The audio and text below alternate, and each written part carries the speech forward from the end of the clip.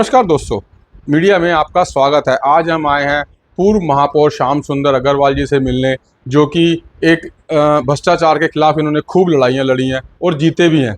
तो अभी कुछ हमने देखा कि भाई अभी एमसीडी में खूब कुछ भ्रष्टाचार चल रहा है, जैसे एमसीडी की कुछ गाड़ियाँ इन्होंने बेच दी हैं। तो उसके लिए हम मिलना चाह रहे थे कि सर से पूछते हैं कि उसके लिए क्या आप प्रयास कर रहे हैं। हाँ जी सर। राकेश जी, जब से आम आदमी पार्टी सत्ता में आई है, दिल्ली नगर निगम में भ्रष्टाचार का बोलबाला है। अभी तक तो हम सुनते थे कि भ्रष्टाचार बिल्डिंग डिपार्टमेंट में है या अन्य डिपार्टमेंट में है। ये एक ऐसा घोटाला है जिसको पकड़ना भी बहुत मुश्किल था। हम लोग जो सड़कों से मैं इसलिए बोल रहा हूँ कि मैं निगम जब महापौर था तो हम थे, अब तो ये उठाते गाड़ियाँ। मेरे समय में भी गाड़ियाँ उठाई गई। जो सड़कों पे गाड़ियाँ खड़ी होती थी उनको निगम का काम है उठाना, और निगम ने उठाई, और निगम अपने गोदामों में इन गाड़ियों को जमा करता था। एक सूची जो मेरे पास उपलब्ध है, वो सूची है 20 दिसंबर 2021 की, जिसमें कि तत्कालीन डीसी निधि मलिक के साइन है।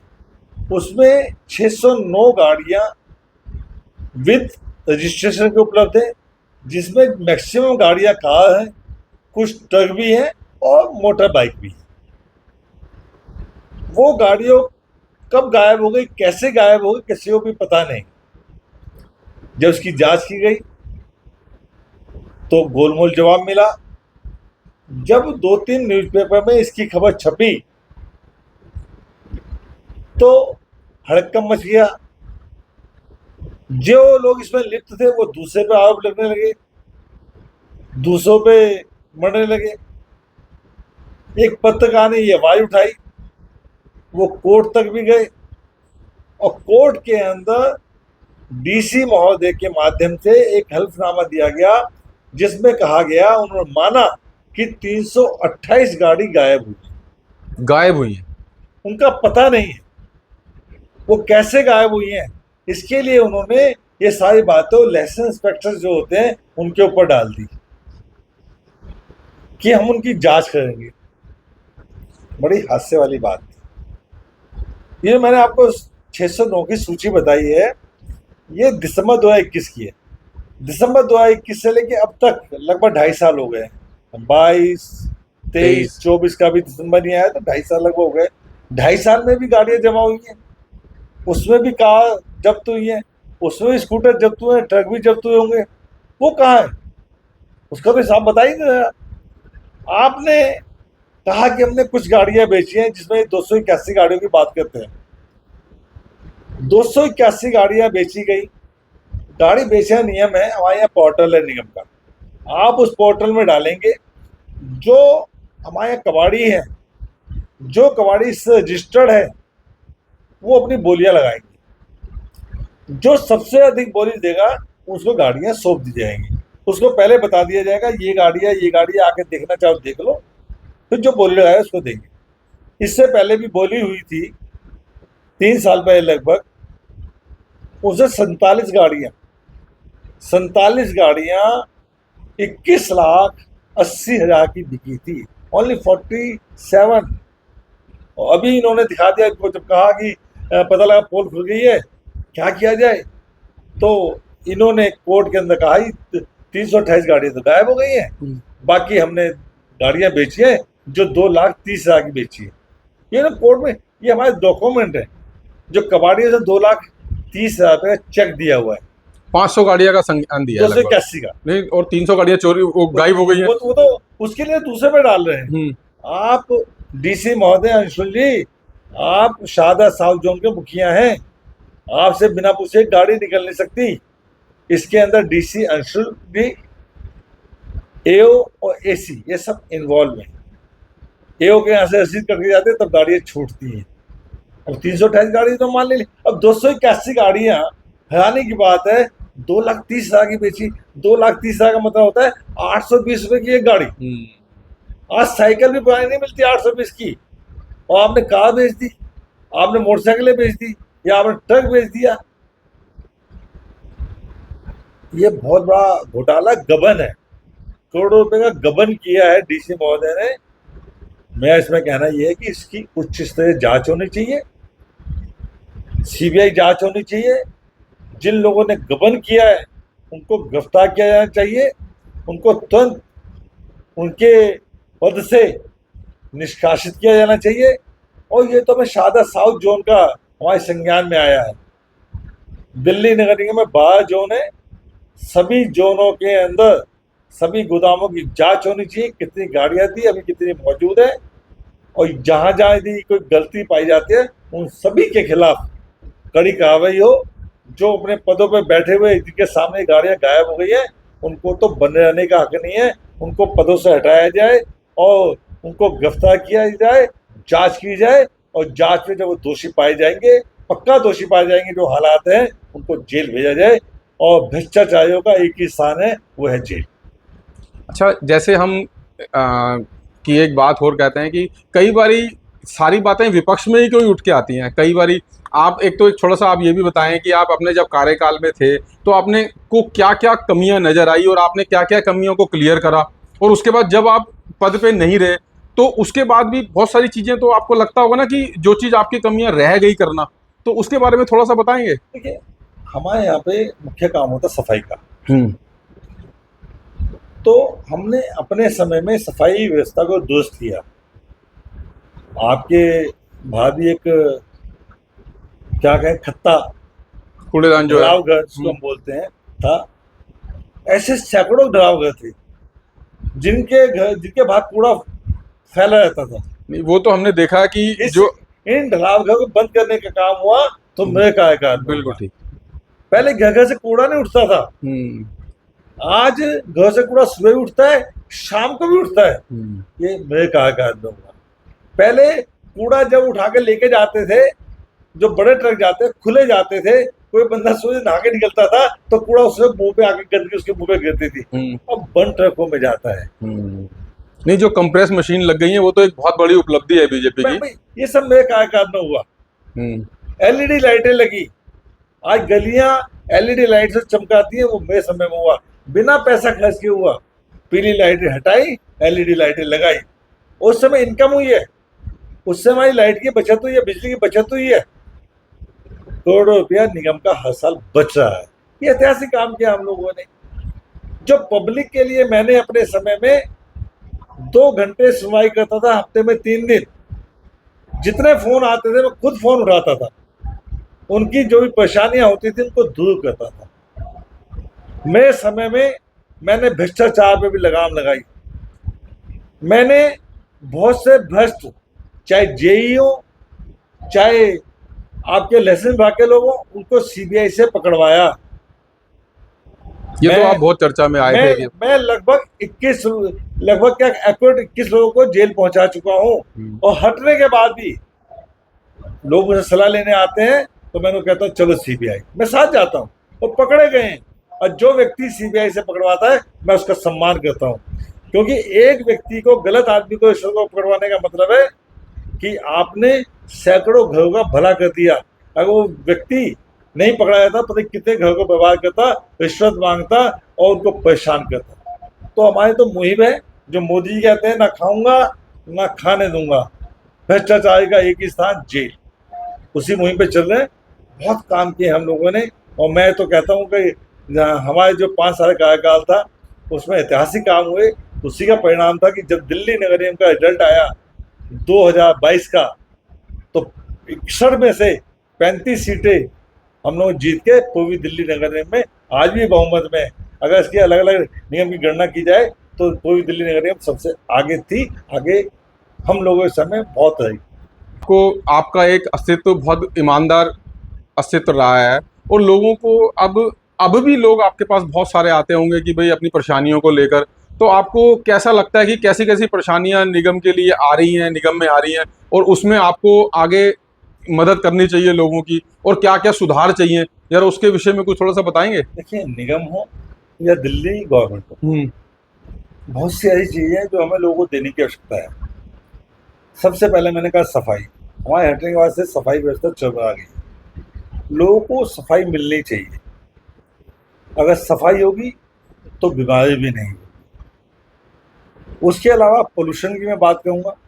मैं दोनों बातों को, निगम हो चाहे दिल्ली गवर्नमेंट हो, दोनों मिक्स हो, ये सब दिल्ली की समस्या है। हमें साफ हवा मिले, ये भी सुनिश्चित होना चाहिए। सबसे बड़ी समस्या आती है हमारे जो गरीब भाई बहन, जो गरीबी रेखा से नीचे जीते हैं, जो मजदूर भाई हैं, जो घर में काम करने वाली हमारी बहनें हैं, इनका जीवन बहुत कष्टदायक है। ये इनका कोई बच्चा बीमार हो जाता है, ये बीमार हो जाता है, इनके पैसे नहीं होते कि ये दवाई ले पाए या डॉक्टर को दिखा पाए। इनके लिए चाहे निगम का हॉस्पिटल हो, चाहे दिल्ली गवर्नमेंट की डिस्पेंसरियाँ हो, इनको आसान इलाज उपलब्ध हो, जो दवाई इनको चाहिए वो उपलब्ध हो, इस सबसे बड़ी बात हो। इनके राशन की व्यवस्था मोदी जी ने की हुई है, राशन फ्री देने में लगे हैं। बच्चों के लिए शिक्षा इन्होंने मुफ्त की है, लेकिन स्कूलों का स्तर भी सुधरना चाहिए। स्कूलों के अंदर समय समय पर जो हमारे निगम पार्षद हैं, जो हमारे एमएलए, जिसके अंदर जो स्कूल आते जाके समय समय एकदम अचानक जांच करनी चाहिए, और जांच करने के बाद ही किसी टीचर की कमी पाई जाती है या स्कूल में कमी पाई जाती है तो जो संबंधित है उसके बाद तुरंत एक्शन लेना चाहिए। वहाँ भाई भतीजावाद नहीं होना चाहिए। मैं बहुत से केस है, मैंने बहुत सी टीचर्स पे एक्शन लिया, जी ये मेरी मामा लगता है, ये मेरी मामी लगती है, ये मेरी मासी है, ये मेरी बुआ है, मैंने किसी को बख्शा नहीं। मेरे पास तो जो गलत काम करने वाले हैं उनका इलाज एक ही है, उनको सस्पेंड किया जाए, उनको सजा दी जाए, या कोई स्कूल के पास रह के पढ़ाना चाहता है और स्कूल में आता नहीं, अपने घर में टहल रहा है, उसको वहाँ से दूर तबादला कर दिया जाए। जब तक आप कड़े कदम नहीं उठाओगे, आप जनता को राहत नहीं दे सकते। राजनीति के अंदर भाई भतीजावाद नहीं होना चाहिए, अपनापन नहीं होना चाहिए। एक राजनीतिक को सच्ची सेवा करनी चाहिए। सच्ची सेवा का मतलब कि जो भी उसके पास आए वो राहत पा के जाए, उसको लगे हाँ मैं एक अच्छी जगह आया था और मेरी जो समस्या उसका निदान हो गया। तो हमें दिल्ली के गवर्नमेंट के स्कूलों को सुधारने की जरूरत है। निगम के स्कूलों में मुझे लगता है कि ज़्यादा कार्य करने की जरूरत है अभी फिलहाल। ये दोनों में ही है, आप ये दोनों में ही है। हमें कई स्कूल अच्छे दिखाई दिया था, चाहे दिल्ली गवर्नमेंट हो चाहे कोई भी हो, एक दो स्कूल अच्छे बना दिए, वहाँ खड़े हो गए। आप सभी स्कूलों की हालत देखो ना। मैं शारदा में एक स्कूल में गया था, उसके अंदर भी टीन शेड था, टीन के अंदर गड्ढे हुए पड़े थे। और वो देखो ना, बच्चे तो सब वही है, पढ़ने वाले बच्चे वही है। इनको मुफ्त किताबें मिले, मुफ्त शिक्षा मिले, मुफ्त वर्दी मिले, क्योंकि गवर्नमेंट स्कूल में आने वाले जितने भी बच्चे हैं सब गरीब परिवार से आते हैं। इनको अगर शिक्षा, अच्छी शिक्षा दे दी तो मैं समझता हूँ इससे बड़ा कुछ नहीं होगा। ये बच्चे कल के देश का भविष्य है, इनको अच्छी शिक्षा दीजिए, ये आगे बढ़ेंगे, देश आगे बढ़ेगा, देश का विकास होगा। तो मैं कहना यही है, चाहे शिक्षा वाला मामला हो, दिल्ली गवर्नमेंट का भी है, निगम का भी है, क्योंकि नियम के माध्यम से नींव मजबूत होती है। पहले से 5वीं क्लास का स्कूल होता है, तो उसके बाद आगे दिल्ली गवर्नमेंट का आता है। बच्चों को यदि आप अच्छी शिक्षा देंगे, टीचर्स पे निगरानी होगी, तो मैं समझता हूँ कोई पब्लिक स्कूल में जाने का सोचेगा भी नहीं। आज के समय हमारे जो पेरेंट्स हैं, चाहे गरीब भी हैं, वो कहते हैं मैंने अपने बच्चे को पब्लिक स्कूल में पढ़ाना है, और वो उसके लिए कर्ज में डूब जाता है। अभी जब कोरोना काल आया तो ऐसा बहुत से हुए कि उनको फीस ना होने के कारण अपने बच्चों को स्कूल से निकालना पड़ा। क्योंकि मैं मानना है जितने पब्लिक स्कूल वाले हैं, जो मालिक है ना, ज्यादातर निर्दयी है, ये नहीं सुनते किसी की। ये घटना आई, छोटी घटना आई, एक बच्चे के फादर की डेथ हो गई, 12th में पढ़ता है। उसने बहुत रिक्वेस्ट कर दी कि जी मेरे 6 महीने बाकी हैं, मेरे फादर की अभी डेथ हुई है महीने पहले, मेरी फीस माफ़ कर दो, मैं देने में असमर्थ हूँ। उसे अगर पढ़ना पड़े तो स्कूल से निकल जा। इतने निर्दयी। तुम लाखों करोड़ों रुपए स्कूल के माध्यम से कमाते हो, तुम फीस में कमाते हो, तुम वर्दी में तुम कमाते हो, तुम बच्चों को घुमाने जाओ उसमें पैसे कमाते हो। एक बच्चे 15-20 हज़ार रुपये छोड़ दे, क्या फर्क पड़ता है? मान लो ऐसे 5-7 बच्चे, क्या फर्क पड़ता है स्कूल को? लेकिन इतना निर्दयीपना अच्छा नहीं होता। इनको थोड़ा पोलाइट होना चाहिए, और मैं कहता हूँ पब्लिक स्कूलों पर ऐसी लगाम लगाना चाहिए। मैं आपके माध्यम से ये भी कहना चाहता हूँ, यदि किसी बच्चे घर में ऐसी दुर्घटना हो जाती है, किसी के पिता की डेथ हो जाती है जो कमाने वाला है, और वो बच्चे नहीं पढ़ पाता, पढ़ने में दिक्कत आती है, तो पब्लिक स्कूलों को उनका साथ देना चाहिए, उनकी फीस को माफ करना चाहिए, ऐसा एक नियम बनना चाहिए। एक क्वेश्चन और था कि जैसे अब आपको ग्लोबल वार्मिंग के चक्कर में कि बहुत ज़्यादा गर्मी का स्तर भी बहुत बढ़ गया है, पानी का आप देखो कि लेवल इतना डाउन हो गया है दिल्ली में, कई कई जगह पे तो कई कई शहरों में तो ऐसा है कि पानी लोगों को तरस रहे हैं, लोग बहुत दूर दूर से पानी भर के लाना पड़ रहा है, और अब ऐसे हालात कहीं दिल्ली में भी आ गए हैं। तो पानी के लिए और के लिए कैसे, थोड़ा सा उसके बारे में भी। देखें, दिल्ली सरकार हर पहलू पे फेल है, हर पॉइंट फेल है। ये वो गवर्नमेंट है जिसने कहा था हर नल में जल होगा, और 24 घंटे आपके नल से पानी आएगा। 24 घंटे क्या, 24 मिनट पानी नहीं आता, और जो पानी आता है वो भी गंदा होता है। और जो भी देखने को मिला, कई कॉलोनी में यहाँ पानी है ही नहीं, पानी नहीं है। वहाँ टैंकर के माध्यम पानी आता है, जो टैंकर आता है तो लड़ाइयाँ होती है, सर फूटते हैं एक दूसरे की। कितने के सर फूट चुके, कितने थानों के अंदर कंप्लेंट पहुंच गई, लेकिन सरकार के सिर पे कोई जुर्म नहीं थी, क्योंकि सरकार का साथ टैंकर माफियाओं के साथ है। टैंकर माफियाओं से मिली हुई है, आपको पानी चाहिए, पैसे दीजिए, पानी अभी आ जाएगा।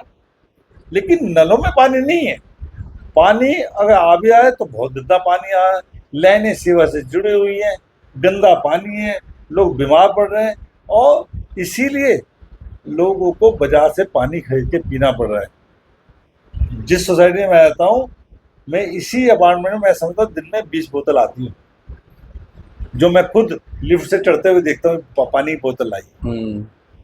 ये हाल है, पानी साफ नहीं है, गंदा पानी है, कहने को पानी फ्री देंगे, पानी दे ही नहीं तो फ्री, और पैसे वाली बात ही नहीं। हम तो कहते हैं कि आप पैसे लीजिए ना, पानी तो दीजिए।